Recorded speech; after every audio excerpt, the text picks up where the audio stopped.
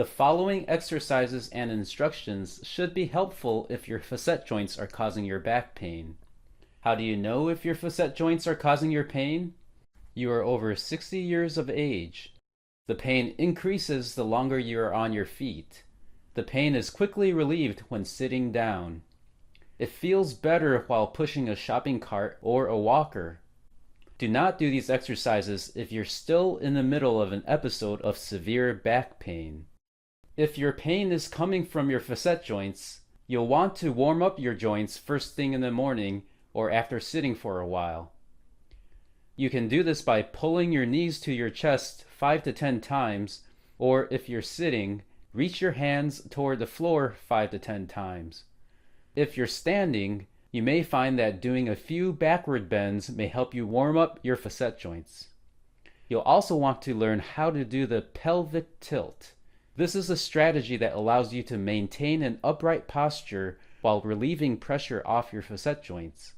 First, lie on your back with your knees bent and put your feet flat on the bed.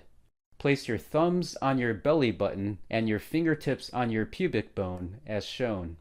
Use your belly muscles to pull your belly button downward into your spine, which will flatten your lower back. Hold for a few seconds, then relax. Repeat this as many times as you can until your belly muscles are tired, then do another set. Once you've mastered the pelvic tilt while lying down, you'll need to practice the pelvic tilt while standing with your back against the wall. You may notice a gap between your lower back and the wall. Do the pelvic tilt to get rid of this gap. At first, you'll need to step your feet away from the wall and bend your knees slightly in order to flatten your lower back against the wall. Keep pressing your back against the wall as you step your feet backward and straighten your knees, rising up along the wall. Practice this at least 5 minutes every day. It may take several weeks before you're able to come to a full standing position while keeping your lower back flat against the wall.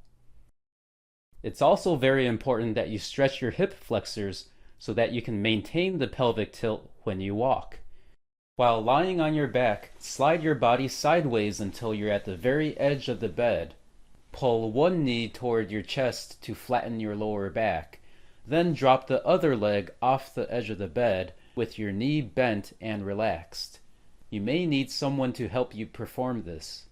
You should feel a good stretch in the front of the hip of the leg that's hanging off the bed. Hold for at least 2 minutes, then switch sides. Do this at least twice a day. Finally, if you know you're going to be standing for more than a few minutes, find a spot where you can rest one foot slightly above the ground. This can be a footstool, or if you're in the kitchen, the inside floor of a cabinet would be perfect.